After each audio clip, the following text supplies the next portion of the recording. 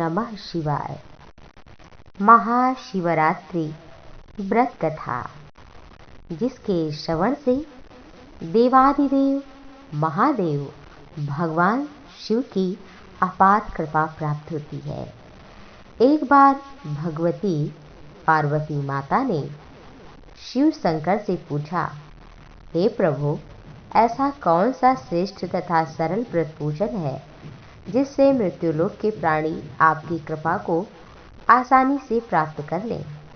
भगवान शिव ने कहा कि हे पार्वती, ऐसा तो एक ही व्रत है, शिवरात्रि। विधान बताया कि प्रातःकाल उठ करके सर्वप्रथम स्नान ध्यान इत्यादि करके भगवान शिव का दूध दही घी शहद इत्यादि से अभिषेक करके जल और गंगा जल से सुशोभित करना चाहिए। उन्हें भस्म लगाना चाहिए।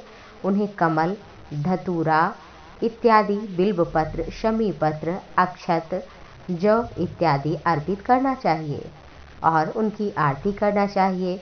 उन्हें कुछ फल और कुछ मेवा चढ़ाना चाहिए। अपनी गलती के लिए क्षमा मांगना चाहिए। व्रत करना चाहिए। संयम नियम का पालन करना चाहिए। ऐसा करने से और कथा सुनने से भगवान शिव शीघ्रातिशीघ्र प्रसन्न हो जाते हैं, क्योंकि भगवान शिव आशु शीघ्रम तुष्यति इति आशुतोष, जिनका नाम शीघ्रातिशीघ्र प्रसन्न होने वाले देव के नाम से जाने जाते हैं। कथा इस प्रकार है। भगवान शिव ने सुनाई, एक गांव में शिकारी रहता था। पशुओं की हत्या करता था, अपने परिवार का पालन करता था। एक साहूकार का वो ऋणी था। उसका समय पर ऋण नहीं चुका पाया।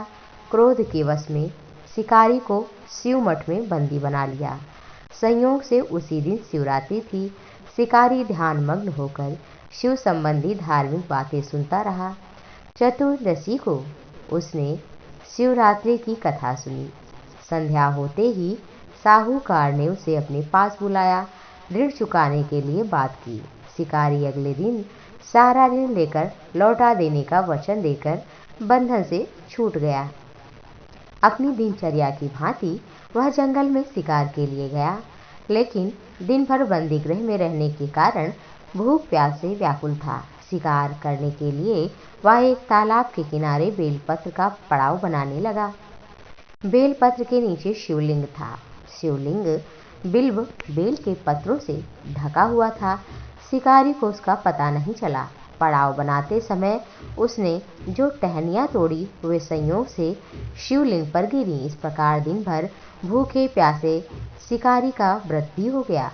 बेलपत्र भी चढ़ गए।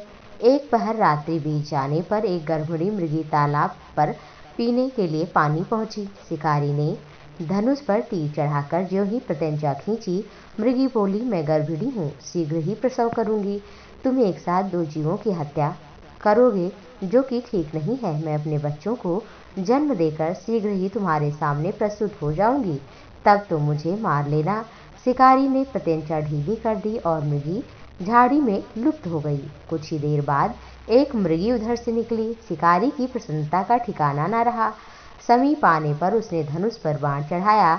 तब उसे देख मृगी ने विनम्रतापूर्वक निवेदन किया, हे पारधी, मैं थोड़ी देर पहले ही ऋतु से निवृत्त हुई हूँ। कामातुर विरहिणी हूँ। अपने प्रिय की खोज में भटक रही हूँ। उनसे मिलने के पश्चात शीघ्र ही आपके पास आ जाऊंगी। शिकारी ने भी उसे जाने दिया।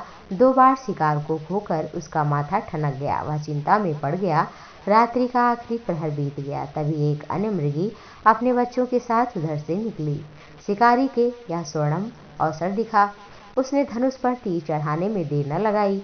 तीर छोड़ने ही वाला था, मृगी बोली, मैं इन बच्चों को पिता के हवाले इनको कर दूं, फिर मुझे मार देना। शिकारी हंसा। सामने आए शिकार को छोड़ दूं, ऐसा मूर्ख नहीं हूँ।